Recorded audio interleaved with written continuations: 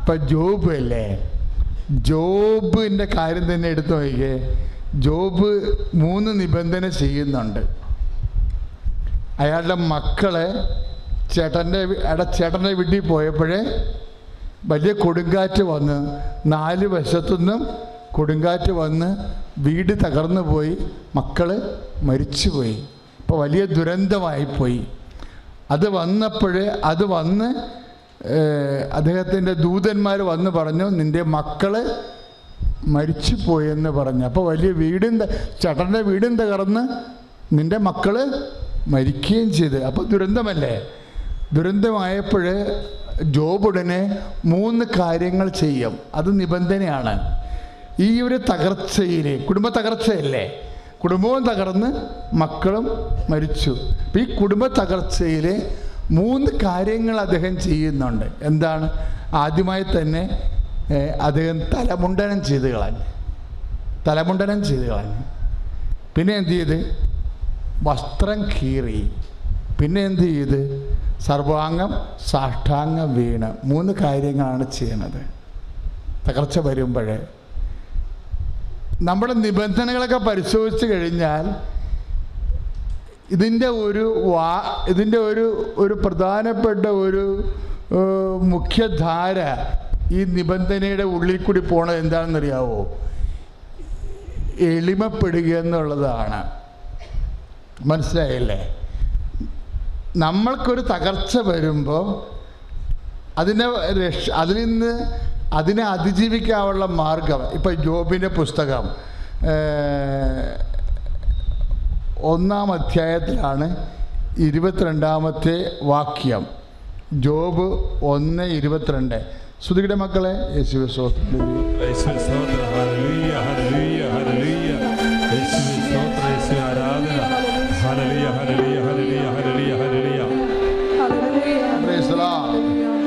Job 1:20 മുതൽ തുടങ്ങുന്നത്. Job എഴുന്നേറ്റ്, അതായത് വീട്ടിൽ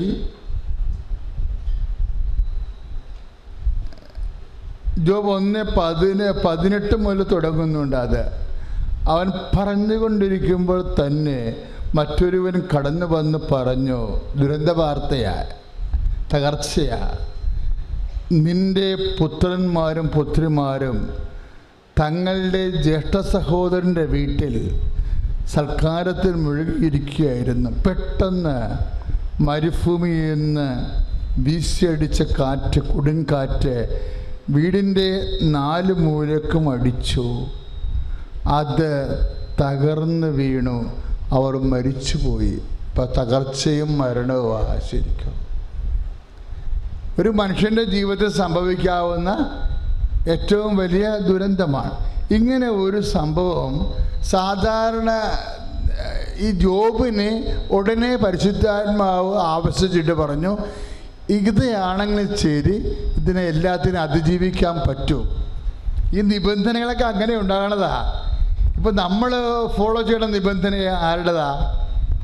മോസസിൻ്റെ ഉടമ്പടി നമ്മൾ ഫോളോ ചെയ്യണ നിബന്ധനകൾ ആരുടേതാണ്? മോസസിന് ഒരു വലിയ വിഷമസന്ധി വന്നപ്പോൾ ദൈവം ഉപദേശിച്ചു കൊടുത്ത മാർഗമാണ്. എന്താണ്? 10 കൽപ്പനകൾ അല്ലേ?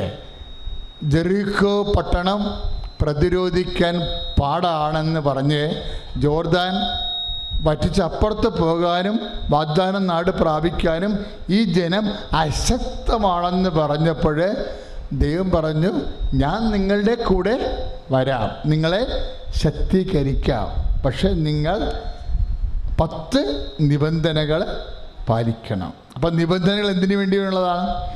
തകർച്ചയുടെ സമയത്തും വലിയ പ്രതിസന്ധി ഉണ്ടാകുമ്പോഴും അതിനെ പ്രതിരോധിച്ച് ജീവിത വിഷയങ്ങളെ അതിജീവിക്കാനുള്ളതാണ് നിബന്ധന. ഇപ്പോൾ സ്പേസ് മേക്കർ എടുത്ത് മാറ്റി എങ്കിലും അല്പ ആവശ്യകത നിലനിൽക്കുന്നുണ്ടെന്ന് പറയുമ്പോൾ അപ്പൻ എന്നാ ചെയ്യേണ്ടത്? നിബന്ധന കർക്കശമാക്കിയാൽ മതി. വേറെ പ്രശ്നങ്ങളൊന്നുമില്ല ഇതിൻ്റെ അകത്ത്. നിങ്ങളുടെ ശ്രദ്ധ എപ്പോഴും നിബന്ധനകളിലായിരിക്കണം. പക്ഷേ പലരുടെ ശ്രദ്ധ എവിടെയാണെന്നറിയാമോ? അവർ ദൈവതിരുസന്നിധിയിൽ സമർപ്പിച്ച വിഷയങ്ങളിലാണ് നിങ്ങളെ ശ്രദ്ധിക്കണത്. ദൈവതിരുസന്നിധിയിൽ വെച്ച വിഷയങ്ങൾ അമ്മ ശ്രദ്ധിച്ചോളൂ. അത് നമ്മൾ ശ്രദ്ധിക്കേണ്ട കാര്യമില്ല. കാര്യം നമ്മൾ ശ്രദ്ധിച്ച ചില കാര്യങ്ങൾ നടക്കത്തില്ല. ഇപ്പം അവസാനം സാക്ഷ്യം പറഞ്ഞൊരു മോളില്ലേ, അവൾ B2 എക്സാം എഴുതുമ്പോൾ അവർക്കറിയാം അത് കിട്ടത്തില്ല എന്നറിയാം. കാര്യം എന്താ? ജർമ്മൻ ഭാഷയാണ്. ജർമ്മൻ ഭാഷയുടെ B ഉണ്ട്, B1 ഉണ്ട്, B2 ഉണ്ട്. B2 നല്ല കട്ടിയാണ്. അപ്പം സംസാരത്തിൽ പോകും, അല്ലെങ്കിൽ എഴുത്തിൽ പോകും, അല്ലെങ്കിൽ ഗ്രാമറിൽ പോകും, പ്രൊണൗൺസിയേഷനിൽ പോകും, എവിടെയെങ്കിലും പഠിക്കും. കാര്യം നമ്മൾ പുതുതായിട്ട് ആ ഭാഷ പഠിക്കുകയല്ലേ. അപ്പോൾ സ്വാഭാവികമായി തോറ്റു പോകും. അപ്പോൾ അവൾക്കാണത് മനസ്സിലാവണമില്ല, അത് എവിടെ അത് എഴുതി ഒപ്പിക്കാൻ പറ്റണില്ല. പക്ഷേ ശരീരത്തിൽ ഒളിപ്പിച്ച് വെച്ചിട്ടുള്ള ഉടമ്പടി ജ്ഞാപകമുണ്ട്. നമ്മൾ പറഞ്ഞില്ലേ, ഞാൻ എൻ്റെ ശരീരത്തിൽ ഞാൻ ഒളിപ്പിച്ച് വെച്ചു. എന്തിനാണ് ഒളിപ്പിച്ച് വെച്ചത്? കർത്താവിൻ്റെ കശുരൂപം. എന്താ സംഭവം ചെയ്യണത്? അത് കർത്താവിനോട് ചെയ്ത ഉടമ്പടിയുടെ ഓർമ്മ ജ്ഞാപകമാണ് വെച്ചിരിക്കുന്നത്. അതെന്താണ്? വിശ്വാസമാണ്. അപ്പം നിങ്ങൾക്കത് അത്രയ്ക്ക് ക്യാച്ച് ചെയ്തില്ല. നിങ്ങൾ അത് ക്യാച്ച് ചെയ്യണം. കാര്യം എന്താണ്? അവരുടെ വിശ്വാസമാണത് വെച്ചിരിക്കുന്നത്. അവർ നെഞ്ചിൻ്റെ ഉള്ളിൽ വെച്ചാലും ബ്ലൗസിൻ്റെ ഉള്ളിൽ വെച്ചാലും ആ കാശുരൂപം എന്താ? അവർ വിശ്വാസമാണ്. എന്താണ്? എൻ്റെ പരീക്ഷയേക്കാൾ വലുതാണ് എൻ്റെ കർത്താവ്. എൻ്റെ പരീക്ഷയേക്കാൾ വലുതാണ് എൻ്റെ കർത്താവ്. എൻ്റെ സിലബസിനേക്കാളും വലുതാണ്, ഈ ചോദ്യങ്ങളെക്കാൾ വലുതാണ് എൻ്റെ കർത്താവ്. അപ്പോൾ എപ്പോഴും നമ്മൾ അഭിമുഖീകരിക്കുന്ന വിഷയങ്ങളെക്കാൾ മുകളിൽ കൊണ്ടുവരണം നമ്മുടെ വിശ്വാസം. വിഷയത്തേക്കാൾ എപ്പോഴും നമ്മൾ ശ്രദ്ധിക്കേണ്ട അത്രയേ ഉള്ളൂ. വിഷയത്തേക്കാൾ മുകളിലായിരിക്കണം വിശ്വാസം. ഇപ്പം നിനക്ക് വീടില്ല, എവിടെ നിന്ന് കിട്ടാനാ? ഇവിടെയൊക്കെ വീടിന് ഭയങ്കര തീ പിടിച്ച വിലയാണ് എന്നൊക്കെ പറയും. അപ്പം നമ്മൾക്ക് എവിടെ നിന്ന് കിട്ടാനാണെന്ന് പറയുമ്പോഴേ എന്ത് പറ്റും? നിൻ്റെ വിഷയത്തേക്കാൾ താഴെയായി നിൻ്റെ വിശ്വാസം. അപ്പോൾ എപ്പോഴും നമ്മൾ ചെയ്യേണ്ടതെന്ന് വെച്ച് കഴിഞ്ഞാൽ, ദൈവം എപ്പോഴും അറിയാമല്ലോ, ഉടമ്പടിയുടെ മനുഷ്യ പങ്കാളി എപ്പോഴും -0 ആയിരിക്കും. ഉടമ്പടിയുടെ മനുഷ്യ പങ്കാളി എന്ന് പറയുന്നത് ആരാ? നോഹിൻ്റെ കാലം മുതൽ, എബ്രഹാത്തിൻ്റെ കാലം മുതൽ, മോസസിൻ്റെ കാലം മുതൽ, ഈശോൻ്റെ കാലം വരെ ഉടമ്പടിയുടെ മനുഷ്യ പങ്കാളി. ഉടമ്പടിക്ക് 2 പങ്കാളിയും ഉണ്ടാവും, ദൈവ പങ്കാളിയും ഉണ്ടാവും, മനുഷ്യ പങ്കാളിയും. ഈ മനുഷ്യ പങ്കാളിയുടെ അവസ്ഥ വളരെ മോശമായിരിക്കും, അല്ലേ? നോഹ് ഒരു മനുഷ്യ പങ്കാളിയാണ്. അയാളുടെ മുമ്പിലുള്ള എന്താ? ചീഞ്ഞളിഞ്ഞ ശവങ്ങൾ പൊങ്ങുന്ന ഒരു ഭൂമിയാണ് ഉണ്ടായത്. ദൈവം ഉടമ്പടി നോഹിനോട് ചെയ്യുമ്പോൾ അദ്ദേഹത്തിന് ചുറ്റും ശവങ്ങൾ പൊങ്ങിക്കിടക്കുകയാണ്. പ്രളയത്തിൽ ചത്തവരുടെ ശവങ്ങളെ, പ്രളയത്തിൽ ചത്തുപോയവരുടെ ശവങ്ങളും മുങ്ങിപ്പോയ വീടുകളും നശിഞ്ഞുപോയ ഒരു ലോകമാണ് അദ്ദേഹത്തിന് ചുറ്റും കിടക്കുന്നത്. അപ്പം ആ സമയത്താണ് ഉടമ്പടി എന്ന വലിയ ആശയം വരണത്. ഉടമ്പടി ബൈബിളിൽ വരണത് അങ്ങനെയല്ലേ? നോഹിൻ്റെ കാലത്തല്ലേ ആദ്യത്തെ ഉടമ്പടി വരണത്. അപ്പോൾ ഉടമ്പടി വരുമ്പോൾ ചുറ്റോട് ചുറ്റും കിടക്കുന്ന ഭൂമിയും ഭൂപ്രദേശവും ചുറ്റുപാടുകളും പരിസരങ്ങളും ദ്രവിച്ചതും ചീഞ്ഞതും എല്ലാം തകർന്നതുമായിരിക്കും. മനുഷ്യ പങ്കാളി എപ്പോഴും 0 ഈ 0 നിന്ന് ജീവിതം എങ്ങനെയാണ് ദൈവത്തിൻ്റെ സ്വപ്നത്തോളം എത്തിക്കണത്? അതിൽ വിശ്വസിക്കുമ്പോഴാണ്. നമ്മൾ വിശ്വസിക്കുമ്പോഴാണ്. ഈ വിശ്വാസം പല തരമുണ്ടെന്ന് അച്ഛൻ പറഞ്ഞു. ഇപ്പം മനസ്സിലാകാത്ത പരീക്ഷയ്ക്കും എഴുതാൻ പറ്റാത്ത പരീക്ഷയുടെ മേലാണ് ആ സഹോദരി വിശ്വാസം പ്രഖ്യാപിച്ചിരിക്കുന്നത്, അല്ലേ? മനസ്സിലാകാത്ത പരീക്ഷയാണ്, എഴുതാൻ പറ്റാത്ത കടുകട്ടിയായ വിഷയത്തിൻ്റെ മേലെ വിശ്വാസം. അപ്പോൾ എന്ത് പറ്റി? വിഷയത്തെക്കാൾ വലുതായി വിശ്വാസം. മാതാവിനും ഈശോയ്ക്കും ഒരുപാട് കോടാനുകോടി നന്ദി പറഞ്ഞുകൊണ്ട് ഞാൻ ഇതിൻ്റെ സാക്ഷ്യം പറയുവാണ്. ഞാൻ ഷേർലി, എറണാകുളത്ത് നിന്ന് വരുന്നു. എൻ്റെ 1ാമത്തെ അനുഭവ സാക്ഷ്യം. ഇതെൻ്റെ മകളാണ്. അവൾ UK-യിലായിരുന്നു. അപ്പോൾ കുറച്ച് നാളുകളായിട്ട് ഇപ്പം ഒരു 3 വർഷമായിട്ടുണ്ട്. അപ്പം ഞാൻ 2023 ഞാൻ ആദ്യം ഉടമ്പടി എടുത്തത്. ആ ഉടമ്പടി എടുത്തത് തന്നെ ഞാൻ എൻ്റെ മകൾക്ക് വേണ്ടി ശക്തമായിട്ട് പ്രാർത്ഥിച്ചുകൊണ്ടായിരുന്നു. അപ്പം മകൾ UK അങ്ങ് പോയി കഴിഞ്ഞിട്ട് എനിക്ക് ഇച്ചിരി സങ്കടമൊക്കെ ഉണ്ടായിരുന്നു. അപ്പോൾ ഞാൻ അമ്മയോട് എപ്പോഴും പറയുമായിരുന്നു, അമ്മ എൻ്റെ മകളെ നോക്കിക്കോണം, അമ്മ എൻ്റെ മകളെ നോക്കിക്കോണം എന്ന് എപ്പോഴും. ഇവളാണ് എൻ്റെ ഒരു ഇതുപോലെ. അങ്ങനെയായി ആ ഇടയ്ക്ക് അമ്മ ആദ്യത്തെ കൊച്ചു ഇവൾക്ക് ഉണ്ടായിരുന്നു. ഇവൾ ആദ്യത്തെ കുഞ്ഞിനെ 8 മാസം ഉള്ളപ്പോഴാണ് ഇവൾ കുഞ്ഞിനെയും കൊണ്ട് ഭർത്താവുമായിട്ട് അവൾ വിദേശത്തേക്ക് പോയത്. അത് കഴിഞ്ഞ് അവളവിടെ ചെന്ന് കുറച്ച് നാൾ കഴിഞ്ഞപ്പോഴേക്ക് അവൾക്ക് എനിക്ക് ദർശനത്തിൽ കാണുവാണ് ഇവൾ 2ാമത് ഗർഭിണിയായെന്ന്. അപ്പം ഞാനോർത്ത് എന്താ അമ്മ ഇതിങ്ങനെ. അപ്പം ഞാൻ ഇവളെ പറ്റി എനിക്കൊരു വിവരം കിട്ടുന്നുമില്ല. അത് കഴിഞ്ഞ് ഒരു 2 മാസം കഴിഞ്ഞപ്പോൾ ഇവളെന്നെ വിളിച്ചിട്ട് പറയും, മമ്മി ഞാൻ ഗർഭിണിയാണെന്ന്. അപ്പം ഞാൻ ഓർത്ത് അമ്മ എനിക്ക് കാണിച്ചു തന്നത് സത്യമാണല്ലോ എന്ന് ഓർത്ത്. പിന്നെ ഞാൻ പ്രാർത്ഥിക്കാൻ തുടങ്ങി. അപ്പോൾ എൻ്റെ മനസ്സിലേക്കൊരു കാര്യം, അവൾക്ക് എന്തോ സംഭവിക്കാൻ പോണ്, അവൾക്കും എൻ്റെ കുഞ്ഞിനും എൻ്റെ മകൾക്കും കൊച്ചിനും എന്തോ സംഭവിക്കാൻ പോണ്. അങ്ങനെ ഒരു ടെൻഷനായപ്പോഴേക്ക് ഇതിനിടയ്ക്ക് ഞാൻ ഒരുപാട് പ്രേക്ഷിത പ്രവർത്തനങ്ങളൊക്കെ ചെയ്യുന്നുണ്ടായിരുന്നു ഒരുപാട്. അപ്പോൾ ആദ്യം തന്നെ എനിക്കിത് ഉടമ്പടി എടുത്തപ്പോഴേ എനിക്ക് അമ്മ കാണിച്ചു തന്നത് ഈ 2 വലിയ ചിറകുള്ള 2 മാലാഖന്മാർ ഇവിടെ വന്ന് ഇത് അപ്പുറത്തും ഇപ്പുറത്തും നിൽക്കുന്നതായിട്ട്, ഇങ്ങനെ പറന്നു വന്ന് നിൽക്കുന്നതായിട്ട് എനിക്ക് ഫീൽ ചെയ്തിട്ടുണ്ട്. സ്വർണ്ണ കളറുള്ള ചിറകായിട്ട്, വലിയ ചിറക്. അതങ്ങനെ ഞാൻ കണ്ടു. അപ്പോൾ ആരാധനയാണ് എൻ്റെ അടുത്ത് പറഞ്ഞിരിക്കുന്നത്. അപ്പം ഞാൻ ആരാധനയിലൊക്കെ കൃത്യമായിട്ട് പങ്കെടുക്കുമായിരുന്നു. എന്നാൽ കഴിയുന്ന പോലുള്ള പാവങ്ങൾക്ക് സഹായങ്ങളെല്ലാം ഞാൻ ചെയ്തുകൊണ്ടിരുന്നു. കരുണാലയത്തിലൊക്കെ പോയി അവർക്ക് വായിച്ചു കൊടുക്കുകയും അവർക്ക് ഇത് ശുശ്രൂഷിക്കുകയൊക്കെ ഞാൻ എന്നാൽ ചെയ്യാൻ കഴിയുന്നതൊക്കെ ഞാൻ ചെയ്യുമായിരുന്നു. അങ്ങനെ ഇരിക്കുമ്പോഴാണ് അമ്മ എനിക്ക് വേറൊരു കാര്യം കാണിച്ചു തരുന്നത്. എൻ്റെ മകളുടെ കുഞ്ഞിനെന്തോ സംഭവിക്കാൻ പോകണമെന്ന്. അപ്പം എനിക്ക് ടെൻഷനായി. അമ്മ എന്താ അമ്മ, പിന്നെ എനിക്ക് ഉറക്കമില്ല, സമാധാനമില്ല, വെള്ളം പോലും കുടിക്കാൻ പറ്റുന്നില്ല. പിന്നെ അപ്പോൾ ഇത് ഞാൻ പറഞ്ഞത് എൻ്റെ ഒരു 2 ഹൈന്ദവ സുഹൃത്തുക്കളോടും പിന്നെ എൻ്റെ ഒരു കസിൻ ചേച്ചിയോടുമാണ്. വേറെ ആരോടും ഞാനിത് പറഞ്ഞില്ല. ഇങ്ങനെ എന്തോ എൻ്റെ കുഞ്ഞിന്, എൻ്റെ മോൾക്ക് എന്തോ സംഭവിക്കാൻ പോണ്, അവളുടെ ജീവൻ എന്തോ ഒരു ആപത്ത് പോലെ. എനിക്കാകെ ടെൻഷനായി. അപ്പം ഞാൻ അമ്മയോട് ഇങ്ങനെ സ്ഥിരം പ്രാർത്ഥിച്ചുകൊണ്ടിരുന്നു. അതോടൊപ്പം തന്നെ ഞാൻ ഇങ്ങനെ ഒരു കാര്യം ചെയ്തു. എൻ്റെ പൊക്കിൾക്കൊടി ബന്ധമാണ് ഞങ്ങൾ അമ്മയും എല്ലാവരും ലോകത്തിൽ അങ്ങനെയാണല്ലോ, അമ്മയും മക്കളും തമ്മിലുള്ള പൊക്കിൾക്കൊടി ബന്ധമല്ലേ. അപ്പം അമ്മ എനിക്കിത് കാണിച്ചു തന്നത് അങ്ങനെ പറയാം. ആദ്യമായിട്ടാണ് ഞാൻ അങ്ങനെ ഒരു സംഭവത്തെപ്പറ്റി ചിന്തിക്കുന്നത്. അപ്പം ഞാനിങ്ങനെ ഈ തൈലം, ഇവിടുത്തെ തൈലം എടുത്ത് എൻ്റെ പൊക്കിൾക്കൊടിയിൽ, എൻ്റെ പൊക്കിളിൽ ചുറ്റും പുരട്ടിയിട്ട് ഞാൻ കുരിശ് വരച്ച് വിശ്വാസ പ്രമാണം ചൊല്ലി ഉടമ്പടി പ്രാർത്ഥനയും ചൊല്ലി. എന്നിട്ട് ഞാൻ പറഞ്ഞു, അമ്മേ ഇതെൻ്റെ മകളുടെ ഇതിലേക്ക് ഞാനിവിടെ പ്രാർത്ഥിക്കുമ്പോൾ എൻ്റെ മകൾക്കത് സംഭവിക്കണം. അങ്ങനെ കുറച്ച് നാൾ കൂടി കഴിഞ്ഞ് ഇതങ്ങോട്ട് മുന്നോട്ട് പോവുകയാണ്. അപ്പോഴും എനിക്ക് സമാധാനമില്ല. അങ്ങനെ അപ്പം ഇവൾക്ക് കുഴപ്പമൊന്നും ഇല്ലെന്നുള്ളത് ഞാൻ അറിയുന്നുണ്ട്, പ്രശ്നങ്ങളില്ല എന്ന് ഞാൻ അറിയുന്നുണ്ട്. ഇത് ഇടയ്ക്ക് എന്നാലും എൻ്റെ മനസ്സിലേക്ക് ഇത് വരുക, അവൾക്കെന്തോ സംഭവിക്കാൻ പോകണമെന്ന്. ഇങ്ങനെയായി കുറച്ച് നാൾ കൂടി കഴിഞ്ഞ് ഞാൻ അമ്മയോട് പറയുവാണ്. അപ്പോൾ എനിക്ക് ഏലീശോയുടെ അടുത്ത് അമ്മ തിടുക്കത്തിൽ പോകുന്ന ഒരു സംഭവത്തെപ്പറ്റി അമ്മ എൻ്റെ മനസ്സിലേക്ക് ഓർമ്മിപ്പിച്ചു. അപ്പം ഞാൻ അമ്മയോട് പറഞ്ഞത്, അമ്മേ അവൾക്ക് ആരുമില്ല, അവളുടെ ഭർത്താവും കൊച്ചുങ്ങളും മാത്രമേ ഉള്ളൂ, കൊച്ചും മാത്രമേ ഉള്ളൂ, പുതിയ സ്ഥലമല്ലേ, അവിടെയല്ലേ. അപ്പോൾ അവൾക്ക് ഞാൻ ആദ്യത്തെ പ്രസവം നന്നായിട്ടൊക്കെ നടത്തി കൊടുത്തതാണ്. അമ്മ അവളെ ഒന്ന് സുരക്ഷിതമായ കയ്യിലേക്ക്, അവൾക്കും കുഞ്ഞുങ്ങൾക്കും ഒരു കുഴപ്പം വരാത്ത വിധം അവളെ സുരക്ഷിതമായിട്ട് അമ്മ ആക്കണമെന്ന് പറഞ്ഞു.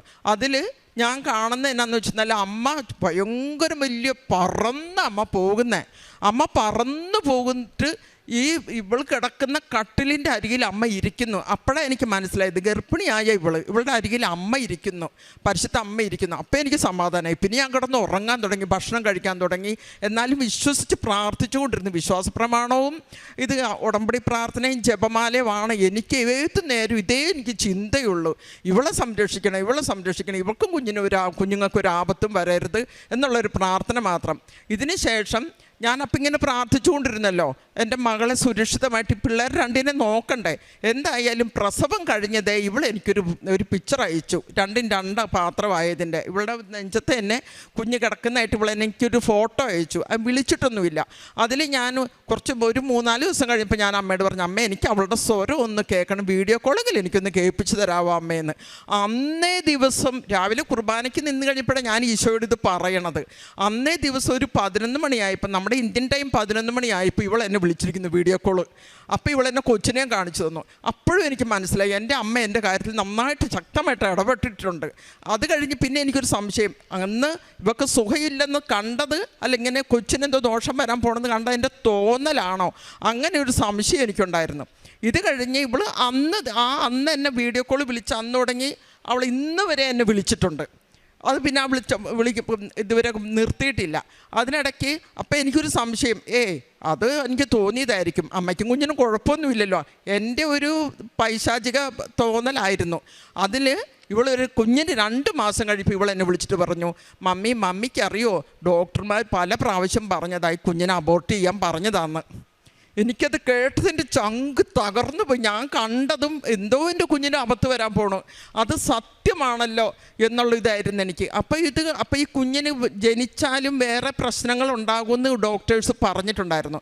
ഇവിടെ ഓരോ പ്രാവശ്യം അബോർട്ടിനുള്ളത് ഫിക്സ് ചെയ്തിട്ട് പോരും, പക്ഷേ ഇവക്ക് പിന്നെ തോന്നത്തില്ല, ഞങ്ങൾ വളർത്തിക്കോളാം, എന്തവസ്ഥയാണെങ്കിലും ഞങ്ങൾ വളർത്തിക്കോളാം എന്നുള്ള ധൈര്യത്തോടെ ഇവളുടെ ഭർത്താവും പറയാൻ തുടങ്ങി. അതിനുശേഷം വേറൊരു കാര്യമുള്ളത്, ഇവളെ ഭർത്താവ് പൊന്നുപോലെ ഒരമ്മ നോക്കുന്ന പോലെ ഇവളെ നോക്കി എന്നുള്ളതാണ്. അത് ഞാൻ അമ്മയോട് പറഞ്ഞ, കാരണം ഇവളുടെ ഭർത്താവ് അത്ര നോക്കുന്നൊന്നും എനിക്കറിയില്ലായിരുന്നു. അത്രയ്ക്കൊന്നുള്ള കഴിവൊന്നും അവനില്ല. ഒരു അമ്മ ചെയ്യുന്ന, കാരണം അവന് പെങ്ങന്മാരില്ല, അത് കാരണം അങ്ങനെയൊന്നും അവൻ ചെയ്യില്ല. അപ്പം ഞാൻ അമ്മയോട് പറഞ്ഞ, അമ്മ തന്നെ ഇവളുടെ ഭർത്താവിൽ പ്രവർത്തിച്ചിട്ട് ഇവക്ക് എന്തൊക്കെയാണോ വേണ്ടത് അതെല്ലാം ഇവക്ക് ചെയ്തു കൊടുത്തു. എനിക്ക് അതും ഒരു സന്തോഷമായി. അത് കഴിഞ്ഞ് ഇവളതെല്ലാം എൻ്റെ അടുത്ത് പറയുന്നുണ്ട്. പിന്നെ ഇവക്ക് കൊടുക്കാനുള്ള ഇതൊക്കെ ഞാൻ ഓരോന്ന് പറയുമ്പോൾ അതനുസരിച്ചൊക്കെ ഇവളുടെ ഭർത്താവ് ചെയ്തു കൊടുത്തുകൊണ്ടിരുന്നു. അങ്ങനെയായി 2 മാസം കഴിഞ്ഞപ്പോൾ ഇവൾ എൻ്റെ അടുത്ത് ഈ സത്യം പറയുന്നത്, മമ്മി ഇങ്ങനെയായിരുന്നെന്ന്. അപ്പം ഞാൻ പറഞ്ഞു, മോളെ ഇത് മാതാവിൻ്റെ അനുഗ്രഹമാണ്. അങ്ങനെ അതൊരു വലിയൊരു അത്ഭുതം. ഇപ്പോൾ ദേ ഈ കുഞ്ഞാണ്, ആ കുഞ്ഞിനൊന്ന് കാണിച്ചു കൊടുത്ത നമ്മളെ, ഇതാണ് ആ കുഞ്ഞ്. 2 വയസ്സായി. ഇപ്പം 6 മാസമായപ്പോൾ ഞാൻ ഇവളുടെ ഫോട്ടോ കൊണ്ടുവന്ന് കാണിച്ച് ഞാനൊന്ന് സാക്ഷ്യം പറഞ്ഞിട്ട് പോയായിരുന്നു. അന്ന് ഇതുപോലെ ഞാനിവിടെ മാതാവിൻ്റെ അടുത്ത് ഇവിടെ വന്ന് നിന്നു. അമ്മ എന്താ ചെയ്യണ്ടേ, കുഞ്ഞിന് 6 മാസമായി, എനിക്കെന്നെ സന്തോഷം പറഞ്ഞറിയിക്കാൻ വയ്യ.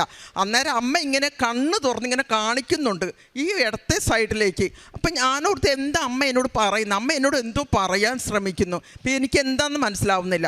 അന്നേരം ഞാൻ ഇവിടുന്ന് പള്ളിക്കകത്തുനിന്ന് ഇവിടുന്ന് ഇറങ്ങി പുറത്തേക്ക് നോക്കുമ്പോൾ അവിടെ ജോമോൾ സിസ്റ്റർ ഇരിപ്പുണ്ട്. അപ്പോൾ സിസ്റ്റർ എന്നെ കണ്ടത് എന്നോട് ചോദിച്ചാൽ, ചേച്ചിക്ക് എന്താ പറയാനുള്ളതെന്നാണ്. അതാണ് അമ്മ എന്നെ കണ്ണുകൊണ്ട് കാണിച്ചത്, മാതാവ്. അന്നേരം അമ്മയ്ക്ക് ജീവനുണ്ടെന്നുള്ളതിൻ്റെ പരിപൂർണ്ണ സത്യമാണത്. അതെനിക്ക് അപ്പോഴും വീണ്ടും എനിക്ക് മനസ്സിലായി. അത് കഴിഞ്ഞ് അപ്പം എന്നോട് ജോമോൾ സിസ്റ്റർ ചോദിച്ചു കഴിഞ്ഞപ്പോൾ ഞാൻ ഇതാണ് കാര്യം എന്ന് പറഞ്ഞു കൊച്ചിൻ്റെ ഫോട്ടോയും കാണിച്ചു കൊടുത്ത്. അപ്പം എന്നോട് ജോമോൾ സിസ്റ്റർ പറഞ്ഞു, ചേച്ചി ഇപ്പം തന്നെ സാക്ഷ്യം പറയ്, അത് കഴിഞ്ഞ് കൊച്ചു വന്നു കഴിയുമ്പോൾ കൊച്ചിനെ ഇവിടെ കൊണ്ടുവന്ന് സാക്ഷ്യം പറഞ്ഞാൽ മതി എന്ന് പറഞ്ഞു. അത് ഞാൻ ഇപ്പം കൊണ്ടുവന്ന് കൊച്ചിനെ കൊണ്ടുവന്ന് സാക്ഷ്യം പറഞ്ഞിരിക്കുന്നു. പിന്നെ 2ാമത്തെ അത്ഭുതം, എനിക്ക് എൻ്റെ മോൾക്ക് ഞങ്ങൾക്ക് ഇച്ചിരി സാമ്പത്തിക പ്രശ്നങ്ങളൊക്കെ ഉണ്ടായിരുന്നു. ഇവൾ 10ാം ക്ലാസ് +2 ഒക്കെ കഴിഞ്ഞ് നിന്ന സമയത്ത്. അന്നേരം നേഴ്സിങ്ങിന് പഠിക്കണമെന്നുണ്ടെങ്കിൽ എനിക്ക് ലോൺ എടുക്കണമായിരുന്നു. അപ്പോൾ ലോൺ എടുത്താൽ ഞാൻ ഇവളെ നേഴ്സിങ് പഠിപ്പിച്ചത്. അത് ഞങ്ങൾ അടച്ചുകൊണ്ടിരുന്ന് പിന്നെ കൊറോണയൊക്കെ ആയപ്പോഴേക്കും ഞങ്ങൾക്ക് അതിനുള്ള തടസ്സമൊക്കെ വന്നു. അത് കഴിഞ്ഞപ്പോഴേക്കും ഇവൾ UK പോയത് കൊറോണ കഴിഞ്ഞിട്ടാണ്. അന്നേരം ബാങ്കുകാർ പറഞ്ഞു ഒരുമിച്ച് പൈസ അടയ്ക്കാൻ പറഞ്ഞു. അന്നേരം ഞങ്ങളെ കൊണ്ട് അത് പറ്റത്തില്ലായിരുന്നു. അത്യാവശ്യം നല്ലൊരു സംഖ്യ പറഞ്ഞു. ഞങ്ങൾ ചെറിയ തുകയാണ് ബാങ്കിൽ നിന്ന് എടുത്തതെങ്കിലും പക്ഷേ അത്യാവശ്യം വലിയൊരു തുകയാണ് ബാങ്കുകാർ പറഞ്ഞത്. അന്നേരം ഞങ്ങൾക്കത് ബുദ്ധിമുട്ടായി. അതോടെ അവർ കേസ് കൊടുത്തു. ഇപ്പോൾ 2-2.5-3 വർഷമായിട്ട് കേസ് കളിച്ചുകൊണ്ടിരിക്കുമായിരുന്നു. ഈ കഴിഞ്ഞ തിങ്കളാഴ്ച അത് സെറ്റിൽമെൻറ്റ് ചെയ്യാൻ സാധിച്ചു. അതും 8 ലക്ഷം 9 ലക്ഷം പറഞ്ഞു കൊടുത്ത് വെറും 2 ലക്ഷത്തിന്. പിന്നെ 30,000 രൂപ അവരുടെ വക്കീൽ കോടതി കയറിയതിനുള്ള ഫീസായിട്ടും. അങ്ങനെ 2 ലക്ഷത്തി 8 ലക്ഷം പറഞ്ഞു കൊടുത്ത് ആദ്യം 8 പറഞ്ഞു, അത് കഴിഞ്ഞ് പിന്നെ 6 പറഞ്ഞു. ഇപ്പോൾ അത് 2,30,000 രൂപയ്ക്ക് ആ കേസ് സെറ്റിൽമെൻറ്റായി. അതെനിക്ക് വലിയൊരു അനുഗ്രഹം. പിന്നെ എന്നാന്ന് വെച്ചാൽ ഒരുപാട് തടസ്സങ്ങളുണ്ടായിരുന്നു എൻ്റെ ജീവിതത്തിൽ. ഞങ്ങൾക്ക് ഒരുപാട് പ്രശ്നങ്ങളുണ്ടായിരുന്നു. പക്ഷെ ഇതിനെയൊക്കെ അതിജീവിച്ചാണ് ഇന്ന് ഞാൻ ഇവിടെ വന്ന് നിൽക്കുന്നത്. എൻ്റെ മകളും വന്ന് നിൽക്കുന്നു, എൻ്റെ മകളുടെ പിള്ളേരും. പരിശുദ്ധ അമ്മയ്ക്കും എല്ലാം കോടാനുകൂടി നന്ദി പറഞ്ഞുകൊണ്ട് പിന്നെ ഒരുപാട് നന്ദികളൊക്കെ എനിക്ക് ഈശോയോട് പറയാനുണ്ട്. പക്ഷെ ഇവിടെ കൊണ്ട് ഞാനിപ്പം നിർത്തുവാണ്. ദൈവത്തിന് നന്ദി. ഞാൻ കാരുണ്യപ്രവൃത്തി ചെയ്തുകൊണ്ടിരുന്നത് തൃപ്പൂണിത്തുറ റോഡ് സൈഡിലൊക്കെ ആയിരുന്നു. ഭക്ഷണമൊക്കെ മേടിച്ച് വീട്ടിലുണ്ടാക്കി പൊതി കെട്ടിക്കൊണ്ട് കൊടുക്കുമായിരുന്നു. പിന്നെ ഈ പാവങ്ങൾക്ക് വസ്ത്രമൊക്കെ നല്ലതൊക്കെ മേടിച്ച് പുതിയത് കൊണ്ട് കൊടുക്കുമായിരുന്നു. പിന്നെ അപ്പോൾ ഈ വഴിയരികിലുള്ള ഈ കടകളിൽ തൃപ്പൂണിത്തുറ സ്റ്റാൻഡിലും ആശുപത്രികളിലൊക്കെ കൊടുക്കാൻ ചെന്ന് കഴിയുമ്പോഴേക്കും അവർ പിന്നെ തടഞ്ഞു. അപ്പോൾ പത്രവും ആ കൂടെ കൊടുക്കും. അത് കഴിഞ്ഞ് അവർ പിന്നെ തടഞ്ഞ് അങ്ങനെ ഫുഡൊന്നും അങ്ങനെ കൊടുക്കാൻ പറ്റില്ല എന്ന് പറഞ്ഞു. പിന്നെ ഞാൻ ഹോട്ടലിൽ നിന്ന് മേടിച്ച് കൊടുക്കലായി.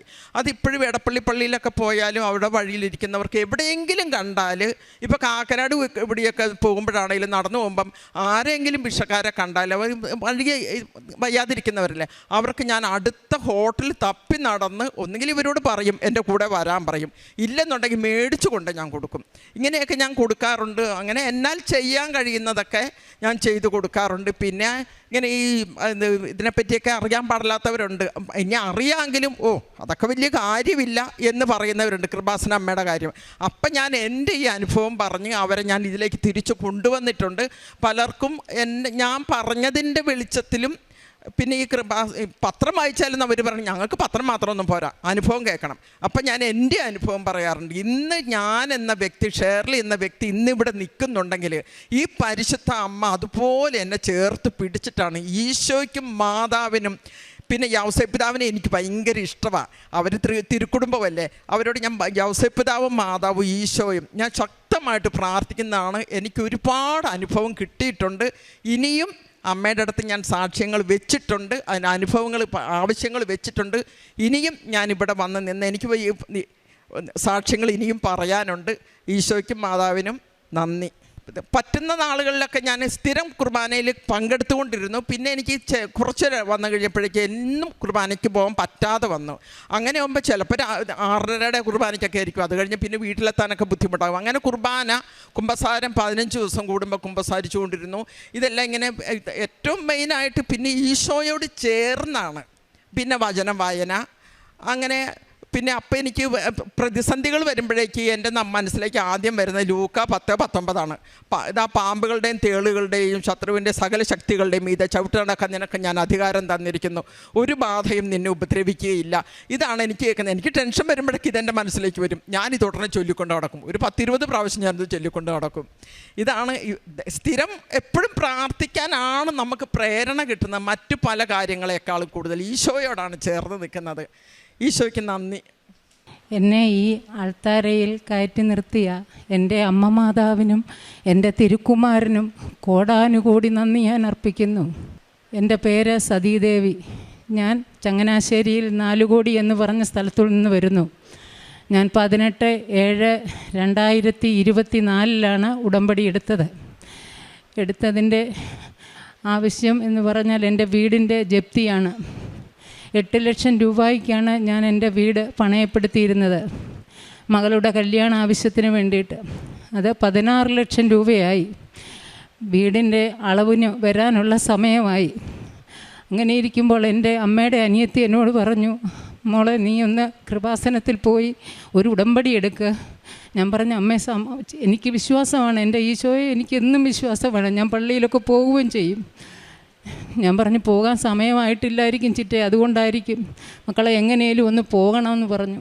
ഞാൻ എൻ്റെ ഒരു കൂട്ടുകാരിയെ ഞാൻ ഒന്ന് വിളിച്ചിട്ട് ഞാൻ ചോദിച്ചു, ഈ കൃപാസനത്തിൽ പോകുന്നത് എങ്ങനെയാണ്, എൻ്റെ കൂടെ ഒന്ന് വരാവോ? ഉടനെ പറഞ്ഞിടി ഞാൻ 18-ാം തീയതി പോകുന്നുണ്ട്, നീ എൻ്റെ കൂടെ വന്നാൽ ഞാൻ നിന്നെ കൊണ്ടുപോകാമെന്ന് പറഞ്ഞു. ഞാൻ അവിടുന്ന് എൻ്റെ വീടിൻ്റെ അവിടുന്ന് എൻ്റെ ഓട്ടോ വിളിച്ച് അവളെയും കൂടെ ചെന്ന് കണ്ട് അവളും ഞാനുമായിട്ട് വന്നു. അവിടെ ആദ്യത്തെ പുതുക്കലായിരുന്നു. ഞാൻ കയറി ഇവിടെ വന്നു ഉടമ്പടി എടുത്തു. മാതാവിനെ കണ്ട് പ്രാർത്ഥിച്ച് കാര്യങ്ങളെല്ലാം പറഞ്ഞു. ഞാൻ തിരിച്ചു പോയപ്പോൾ അവൾ എന്നോട് പറഞ്ഞു, നീ ഇന്ന് തന്നെ ബാങ്കിൽ പോയി ഒപ്പിടണം, സാറിനെ കയറി കാണണമെന്ന് പറഞ്ഞു. ഞാൻ അന്ന് തന്നെ പോകുന്ന വഴിക്ക് തന്നെ ഞാൻ കയറി സാറിനെ കയറി കണ്ടു. എനിക്ക് പേടിയായിരുന്നു ആദ്യം. ഞാൻ കാര്യം കാണാത്തിടത്ത് അമ്മമാതാവിനെ മനസ്സിൽ വിചാരിച്ച് വിശ്വാസ പ്രമാണമൊന്നും ഞാൻ പഠിച്ചിട്ടില്ല. എന്നാലും ഞാൻ മനസ്സിൽ പ്രാർത്ഥിച്ച് ഈശോയും പ്രാർത്ഥിച്ച് ഞാൻ ഉപ്പിട്ട് ഞാൻ അവിടെ ചെന്നപ്പം സാറ് എന്നോട് ചോദിച്ചു വല്ല പൈസയും കൊണ്ടുവന്നിട്ടുണ്ടോ? ഞാൻ പറഞ്ഞു ഒന്നും ഞാൻ കൊണ്ടുവന്നിട്ടില്ല, സാറ് റിട്ടയർ ആകുക, ഞാൻ സാറിനെ ഒന്ന് കാണാൻ വേണ്ടി വന്നതാണ്, അത്രയേ ഉള്ളൂ. സാർ എനിക്ക് തന്ന ഉപകാരം എനിക്ക് മറക്കാൻ പറ്റില്ല, അതിനുവേണ്ടി മാത്രം ഞാൻ വന്നതാണെന്ന് പറഞ്ഞു. അന്നേരം പറഞ്ഞു പൈസയില്ലാതെ എങ്ങനെയാണ് ഇപ്പം നടപടി സ്വീകരിക്കാൻ പോവുകയെന്ന് പറഞ്ഞു. അന്നേരം ഞാൻ പറഞ്ഞു സാറേ എനിക്ക് കുറച്ചുകൂടെ ഒന്ന് അവധിതാ, ഞാൻ കുറേശ്ശെ എങ്ങനെ അടച്ചോളാമെന്ന് പറഞ്ഞു. ഇത്രയും പറഞ്ഞു കഴിഞ്ഞ ഉടനെ തന്നെ എന്നോട് പറഞ്ഞു ഞാൻ പോകുക, ഞാൻ അടുത്ത സെക്രട്ടറിയോടൊന്ന് പറയട്ടെന്ന് പറഞ്ഞു. പുള്ളി അവിടെ നിന്ന് എഴുന്നേറ്റ് പോയി അടുത്ത സെക്രട്ടറിയെ ചെന്ന് കണ്ടു, കാര്യം പറഞ്ഞിട്ട് തിരിച്ചു വന്നിരുന്നപ്പം ഞാൻ ചോദിച്ചു, സാറേ ഞാൻ ചെന്ന് കാര്യം പറയണോ? സതി ഒന്നും പറയണ്ട, ഞാനെല്ലാം പറഞ്ഞിട്ടുണ്ട്, എങ്ങനെയും കുറേശ്ശെ അടച്ചു തീർക്കാൻ പറഞ്ഞു. ഞാൻ പറഞ്ഞു ശരി സാറേ എന്ന് പറഞ്ഞു. ഞാൻ തിരിച്ച് വീട്ടിൽ പോന്നു. വീട്ടിൽ പോന്നു കഴിഞ്ഞ് വീട്ടിൽ പോയി 2-3 ദിവസം കഴിഞ്ഞപ്പോഴത്തേക്കും ഞാൻ എല്ലാവരോടും അന്വേഷിക്കുന്നുണ്ട്. പിന്നെയും ഭയമുണ്ട്, പ്രാർത്ഥിക്കുന്നുണ്ട്. ഞാൻ നല്ലപോലെ അതിശക്തമായിട്ട് പ്രാർത്ഥിക്കുന്നുണ്ട്, അളക്കാൻ വരുമോ എന്ന്. അത് കഴിഞ്ഞ് ഒരു 1.5 ആഴ്ച കഴിഞ്ഞപ്പോൾ എൻ്റെ ഒരു സാറ്, ഞാൻ ജോലി ചെയ്യുന്നിടത്തൊരു സാറ് വിളിച്ചിട്ട് പറഞ്ഞു, സതി ചിലപ്പോഴാണെങ്കിൽ ഇത് ഒഴിവായി കിട്ടാൻ സാധ്യതയുണ്ടെന്ന് പറഞ്ഞു. ഞാൻ പറഞ്ഞു അതൊക്കെ വരുമ്പോഴത്തേക്ക് നടപടി നടക്കും എന്നാണ് എനിക്ക് തോന്നുന്നതെന്ന് പറഞ്ഞു. പിന്നെ ഞാനതിനെപ്പറ്റി അങ്ങ് വിട്ടു. അത് കഴിഞ്ഞ് ഒരു 4 മാസം കഴിഞ്ഞപ്പോഴത്തേക്കും ഒരു നിയമം വന്നു, 5 സെൻറ്റുകാരെ ജപ്തിയിൽ നിന്ന് ഒഴിവാക്കണമെന്ന്. പിന്നെ ഇന്ന് വരെ എന്നെ ബാങ്കിൻ്റെ വാതിക്കൽ നിന്നാണ് ഞാൻ വണ്ടി കയറുന്നത്. അവിടെയുള്ള സ്റ്റാഫ് എല്ലാം കാണും എന്നെ. പക്ഷേ എന്നോട് ഒരൊറ്റ അക്ഷരം പോലും പറയുവാട്ടോ ഒന്നും ചെയ്തിട്ടില്ല. ഞാൻ അമ്മ മാതാവിനോട് പറഞ്ഞു, ഞാൻ എൻ്റെ ഭൂമി ഞാൻ അമ്മ മാതാവിന് തന്നിരിക്കുക, എനിക്കവിടെ കിടന്നാൽ മാത്രം മതി, വേറൊന്നും വേണ്ട, എൻ്റെ കുഞ്ഞിന് കിടക്കണം, അത്ര മാത്രമേ ഉള്ളൂ. അമ്മ മാതാവ് എനിക്കത് സാധിച്ചു തന്നു. പൈസ ഇനി അടയ്ക്കണമെന്നുണ്ടെങ്കിൽ അമ്മ മാതാവ് തന്നെ എനിക്ക് തരണം, അല്ലാതെ എന്നെക്കൊണ്ട് ഒരു മാർഗവും ഇല്ല. അത് കഴിഞ്ഞു. അങ്ങനെ ഒരു സാക്ഷ്യം എനിക്ക് അമ്മ മാതാവും തിരുക്കുമാരനും സാധിച്ചു തന്നു. പിന്നെ എൻ്റെ മകൻ ഉടമ്പടി എടുക്കുന്നതിന് മുന്നേ ഗൾഫിന് പോയി. അവിടെ ചെന്ന് 5 മാസം കഴിഞ്ഞപ്പോൾ ലൈസൻസ് ഇല്ലാത്ത വണ്ടി അവനോട് ഓടിച്ചു എന്നും പറഞ്ഞ് അവനെ അവിടുന്ന് അവർ പിടിച്ചു വെച്ചു. അത് കഴിഞ്ഞ് എന്നെ വിളിച്ചിട്ട് പറഞ്ഞു 1 ലക്ഷം രൂപ അടയ്ക്കുവാണെങ്കിൽ ഉടനെ കയറ്റി വിടാമെന്ന്. എൻ്റെ കയ്യിൽ 1 ലക്ഷം പോയിട്ട് 1 രൂപ എടുക്കാനില്ല. എന്നിട്ടും കുഞ്ഞിൻ്റെ അവസ്ഥ കണ്ടുകൊണ്ട് ഞാൻ പറഞ്ഞു 50,000 എവിടുന്നേലും ഒപ്പിച്ച് കൊടുക്കാം അല്ലേ എന്ന് ഞാൻ വീട്ടിൽ ഭാര്യയോട് പറഞ്ഞു. അന്നേരം പറഞ്ഞു അമ്മ എവിടുന്ന് കൊടുക്കാനാ. അത് കഴിഞ്ഞ് ഞാൻ ഇവനെ വിളിച്ചു, എന്നാ മോനെ അമ്മ ഒന്നും കൊടുക്കുമൊന്നും വേണ്ട, എങ്ങനെയും അവരെന്നെ വിടുവായിരിക്കുമെന്ന് പറഞ്ഞു. പക്ഷേ ദിവസങ്ങൾ കടന്നു പോവുക. അവസാനം ഒരു ഫോൺ കോൾ വന്നു ഭാര്യയ്ക്ക്, 16-ാം തീയതി അറബി പോകുവാണ്, അതിന് മുന്നേ പൈസ അടച്ചില്ല എങ്കിൽ പിന്നെ ഞങ്ങളോട് പറഞ്ഞിട്ട് കാര്യമില്ല എന്ന്. അന്നേരം ഞാനിവിടെ വന്ന് ജോസഫ് അച്ഛനെ കണ്ടു. അച്ഛനെ എൻ്റെ കൈ വെച്ച് പ്രാർത്ഥിച്ചു. ഞാൻ ഇവിടുന്ന് ഇറങ്ങി. എന്നോട് പറഞ്ഞു സാക്ഷ്യം വന്ന് മോനുമായിട്ട് വന്ന് സാക്ഷ്യം പറയണമെന്ന് പറഞ്ഞു. ഞാൻ ഇവിടുന്ന് അങ്ങോട്ട് ഇറങ്ങി. ഞാൻ എൻ്റെ മോനെ വിളിച്ച് പറഞ്ഞു, മോനെ നീ ഒന്നും വിഷമിക്കണ്ട, അച്ഛനോട് ഞാൻ പറഞ്ഞിട്ടുണ്ട്, എൻ്റെ മാതാവിനോടും ഞാൻ പറഞ്ഞിട്ടുണ്ട്, മാതാവ് എല്ലാം നടത്തി തരും മോനെ എന്ന് പറഞ്ഞു. അവൻ ആഹാരം പോലും കഴിക്കാനില്ല, മറ്റുള്ളവർ കഴിക്കുമ്പോൾ നോക്കിയിരിക്കുക. ഞാൻ പൈസ അവൻ അയച്ചു കൊടുത്ത് ആഹാരം കഴിക്കാൻ വേണ്ടി. അങ്ങനെ ഇരിക്കുക 16-ാം തീയതി അറബി പോവുകയാണ്. ഇവന് അവൻ്റെ ഇത് കൊടുക്കാതെ, പാസ്പോർട്ട് കൊടുക്കാതെ അവന് പോരാൻ പറ്റത്തില്ല. 14-ാം തീയതി വിളിച്ചു പറയുകയാണ്, ടിക്കറ്റ് പെട്ടെന്ന് അങ്ങോട്ട് അയച്ചു തരുവാണെന്നുണ്ടെങ്കിൽ വിട്ടേക്കാമെന്ന്. 7,000 പോലും പൈസ ഇല്ല. പക്ഷേ എങ്ങനെയോ അവളതെല്ലാം ഒപ്പിച്ച് റെഡിയാക്കി കൊടുത്തു. ഞാൻ പറഞ്ഞു 16-ാം തീയതിക്ക് മുന്നേ എൻ്റെ കുഞ്ഞിനെ വിടണം. അമ്മയോട് ഞാൻ രാത്രി കിടന്ന് പ്രാർത്ഥിച്ചു, അമ്മയെ 16-ന് മുന്നേ എൻ്റെ കുഞ്ഞ് എൻ്റെ വീട്ടിൽ വന്ന് കയറണമെന്ന്. 15-ാം തീയതി രാത്രി 11:50 ആയപ്പം കുഞ്ഞ് വീട്ടിൽ വന്നു. അതെൻ്റെ ഒരു വലിയ സാക്ഷ്യമാണ്. എനിക്കത് മറക്കാൻ പറ്റുകയില്ല. എനിക്ക് എൻ്റെ കുഞ്ഞിനെ രക്ഷപ്പെടുത്തി തന്ന അമ്മ മാതാവ്. പിന്നെ ഈ കഴിഞ്ഞതിൻ്റെ മുമ്പത്തെ ആഴ്ച എനിക്കൊരു ആക്സിഡൻ്റ് ഉണ്ടായി. എൻ്റെ മോളുമായിട്ട് പോയപ്പോൾ നേരെ പുറകോട്ടങ്ങ് വന്ന് വീണു. തല ഇടിക്കുന്ന ഒച്ച ആഞ്ഞടിച്ച് നടുവും തലയും. എനിക്കറിയത്തില്ല. അവിടെ കൂടിയവരൊക്കെ പറഞ്ഞു, ചേച്ചി പെട്ടെന്ന് കൊണ്ടുപോയി എക്സ്റേ എടുക്കുക. ഞാൻ പറഞ്ഞില്ല, ഞാൻ നടന്നോളാം. എൻ്റെ കയ്യിൽ എപ്പോഴും അമ്മ മാതാവിൻ്റെ ഉപ്പും തൈലവും എപ്പോഴും എൻ്റെ കയ്യിലുണ്ട്. ഞാൻ പറഞ്ഞതെല്ലാം മാറിക്കോളും. ഞാൻ അങ്ങോട്ടും ഇങ്ങോട്ടും നടന്നു. മരുമോൻ വിളിച്ച് പറഞ്ഞു പെട്ടെന്ന് കൊണ്ട് എക്സ്റേ എടുക്കുക. ഞാൻ പറഞ്ഞു വേണ്ട, ഒന്നും വേണ്ടെന്ന് പറഞ്ഞു. ഞാൻ വീട്ടിൽ ചെന്നു പ്രാർത്ഥിച്ചു. അമ്മയുടെ തൈലവും ഉപ്പും ഞാൻ പുരട്ടി. എനിക്കറിയത്തില്ല, ഇന്ന് വരെ എനിക്കൊരു വേദനയോ ഇതൊന്നും വന്നിട്ടില്ല. അങ്ങനെ ഒരു സാക്ഷ്യം എനിക്ക് പറയാൻ എനിക്കിടയായി. അത് കഴിഞ്ഞ് ഞാൻ പ്രസി ജോലി ചെയ്യുമായിരുന്നു. എൻ്റെ ബുദ്ധിമുട്ട് കൊണ്ട് ഞാൻ ഇവിടുന്ന് എറണാകുളത്തിന് പോയി. അവിടെ ഒരു ഹോസ്പിറ്റലിൽ എൻ്റെ ഉടമയുടെ വീട്ടിൽ ഞാൻ ഹോം നേഴ്സായിട്ട് ജോലി ചെയ്തു. എൻ്റെ മോളെ കെട്ടിച്ച് കഴിഞ്ഞപ്പം 10-25 ലക്ഷം രൂപ കടമുണ്ടായിരുന്നു. അവിടെ ചെന്നു. ഉടമ്പടി എടുക്കുന്നതിന് മുന്നേ 6 വർഷം മുമ്പെയാണ് പോയത്. ഇവിടുന്ന് ലീവ് എടുത്ത് ഞാൻ 5 വർഷത്തേക്ക് ലീവ് എടുക്കാൻ ചെന്നപ്പോൾ ആദ്യം 2 വർഷമേ തരത്തുള്ളെന്ന് പറഞ്ഞു. 2 വർഷത്തേക്ക് പോയ പോക്കാണ്. അവിടെ ചെന്നു. 25 ലക്ഷം രൂപ എങ്ങനെ വീടിയെന്ന് എനിക്കറിഞ്ഞുകൂടാ. അവർ ചോദിക്കുമ്പോൾ എനിക്ക് പൈസ എടുത്തു തരും. അങ്ങനെ എൻ്റെ കടബാധ്യതകളെല്ലാം ഒരുമാതിരി എൻ്റെ എല്ലാം ഒതുങ്ങി. ഇനിയിപ്പം നിസ്സാരമായിട്ട് എനിക്ക് മനസ്സമാധാനത്തോടെ ജീവിക്കാനുള്ള ഒരിടം വന്നു. അത് കഴിഞ്ഞ് ഞാൻ ഇവിടുന്ന് വന്ന് തിരിച്ച് പ്രസ്സിൽ കയറണം. അന്നേരം അവിടുത്തെ ഇതെല്ലാം കഴിഞ്ഞു 6 വർഷമായി. അന്നേരം 6 വർഷമായി ആ പ്രസ്സിൽ എടുക്കുകയില്ല. അന്നേരം 5-ാമത്തെ വർഷം കഴിഞ്ഞു, 6-ാമത്തെ വർഷം തുടങ്ങി. ഞാനിവിടെ വന്ന് പ്രസ്സിൽ കയറാനായിട്ട് സെക്രട്ടറിയോട് എന്ന് പറഞ്ഞപ്പം പറഞ്ഞു മാനേജരോട് പറയാൻ പറഞ്ഞു. മാനേജരോട് പറഞ്ഞ ഉടനെ മാനേജർ എന്നോട് പറയുകയാണ്, അതിനെന്നാ ചേച്ചി പോരാൻ പറഞ്ഞു. ഓണമായി, ഓണത്തിനൊരു കമ്മിറ്റിയുണ്ട്. ഇദ്ദേഹം എന്നോട് കമ്മിറ്റിയുടെ കാര്യം മിണ്ടിയില്ല. പെട്ടെന്ന് അമ്മ മാതാവാണ് എന്നോട് പറയുകയാണ് കമ്മിറ്റിക്ക് അപേക്ഷ വെക്കണമെന്ന്. ഇങ്ങനെ എന്നോട് പറയുന്നില്ല കമ്മിറ്റിക്ക് അപേക്ഷ വെക്കണമെന്ന്. ഈ കമ്മിറ്റിക്ക് കൂടെ അപേക്ഷ വെച്ചില്ല എന്നുണ്ടെങ്കിൽ എനിക്കിവിടെ ജോലി ചെയ്യാൻ സാധിക്കുകയില്ല. ഞാൻ പെട്ടെന്ന് എന്ന് ചോദിച്ചു, സാറേ കമ്മിറ്റിക്ക് അപേക്ഷ വെക്കാതെ ഞാനെങ്ങനെ ഇവിടെ ജോലിക്ക് കയറുന്നേ? ശരിയാ ചേച്ചി, ഒരു കമ്മിറ്റിക്ക് ഒരു അപേക്ഷ വെച്ചേക്കാൻ. അങ്ങനെ ഞാൻ കമ്മിറ്റിക്ക് അപേക്ഷ വെച്ചു. അപേക്ഷയെല്ലാം വെച്ച് അപേക്ഷ പാസ്സായി. ഞാൻ സെപ്റ്റംബർ 1-ാം തീയതി ജോലിക്ക് കയറുവാണ്. അങ്ങോട്ട് കയറിയപ്പോഴേ ഒരാൾ എന്നോട് ചോദിച്ചു, ചേച്ചി ജോലിയെല്ലാം മറന്നു പോയില്ലേ, ഇതൊക്കെ ഇനി അന്നേരം എല്ലാവർക്കും എന്നോട് വിരോധക്കാരായി അവിടെ. എന്നുവെച്ചാൽ 6 വർഷമായി എന്ന് എല്ലാവരും അറിഞ്ഞു കഴിഞ്ഞു. അന്നേരം എങ്ങനെ ചേച്ചി ജോലി ചെയ്യും, അറിയാൻ മേലാതെ എങ്ങനെ ജോലി ചെയ്യുമെന്ന് ചോദിച്ചു. ഞാൻ പറഞ്ഞു അതൊന്നും സാരമില്ല, എല്ലാം എൻ്റെ കൂടെ ആളുണ്ട്, അതൊക്കെ എനിക്ക് പറഞ്ഞു തന്നോളും, ഞാൻ അങ്ങനെ ചെയ്തോളാമെന്ന് പറഞ്ഞു. എനിക്കറിയത്തില്ല, ഞാൻ അവിടെ ചെന്ന് നിന്നിട്ട് എനിക്ക് 25 വർഷം ഞാൻ ജോലി ചെയ്തിട്ട് പോയതാ. ഇപ്പോൾ അതിലും നല്ല ചുറുചുറുക്കോടെ നല്ല ഇതായിട്ടാണ് എനിക്കെല്ലാം ഓർമ്മ. എനിക്കിങ്ങനെ ഓരോന്നോരോന്ന് പറഞ്ഞു തന്നാൽ എന്നെ ചെയ്യിപ്പിക്കുന്നതെല്ലാം അവർക്ക് തന്നെ അതിശയം. പണ്ടൊക്കെ ഞാൻ 10 ബുക്ക് തയ്ക്കുന്നിടത്ത് ഇപ്പം ഞാൻ 40 ബുക്ക് തയ്ക്കും. ബൈൻഡിങ് സെക്ഷനാണ്, കമ്പോസിങ് ആയിരുന്നു, കമ്പോസിങ് പോയി കഴിഞ്ഞ് ബൈൻഡിങ് സെക്ഷനാണ്. ഞാൻ 10 ബുക്ക് തയ്ക്കേണ്ടടുത്ത് ഇപ്പോൾ എത്രയോ ബുക്ക് ഞാൻ തയ്ച്ച് തീരുകയാണ്. എല്ലാം അമ്മ മാതാവ് എൻ്റെ കൂടെ നിന്നാണ് എന്നെ എല്ലാം ചെയ്യിപ്പിക്കുന്നത്. അങ്ങനെ എനിക്കൊരു വലിയ അനുഗ്രഹം തന്ന് എനിക്ക് അമ്മ മാതാവ് സഹായിച്ചു. ഇപ്പോൾ എനിക്ക് സമാധാനത്തോടെ എൻ്റെ കുഞ്ഞുങ്ങളുടെ കൂടെ ഞാനിപ്പോൾ ഇവിടെ ജീവിക്കുകയാണ്. പിന്നെ കാരുണ്യ പ്രവർത്തികളെന്ന് പറഞ്ഞു കഴിഞ്ഞാൽ ഞങ്ങളുടെ അടുത്തൊരു അനാഥാലയമുണ്ട്, അവിടെ പോകും ഞാൻ.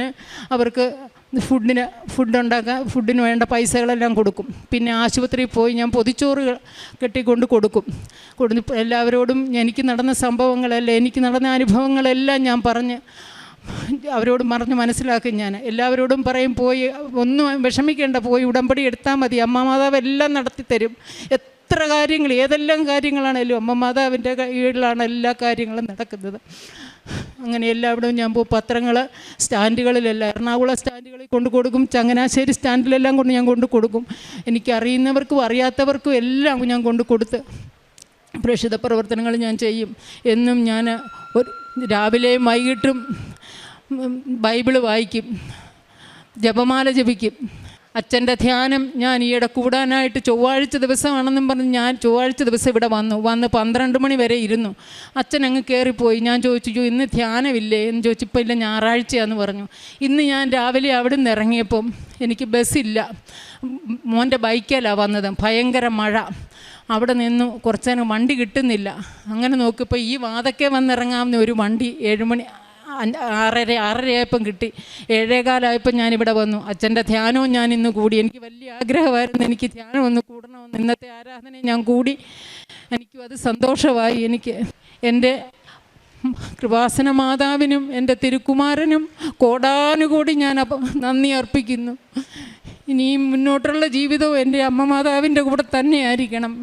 എൻ്റെ കുടുംബത്തെ ഒന്നും നിത്യതയിൽ കഴിയുവാനും ഇടതരയണമേ എന്നുള്ള പ്രാർത്ഥനയേ ഉള്ളൂ. എനിക്കെന്നും ഇനി അമ്മ മാതാവിൻ്റെ കൂടെ തന്നെ കഴിഞ്ഞാൽ മതി.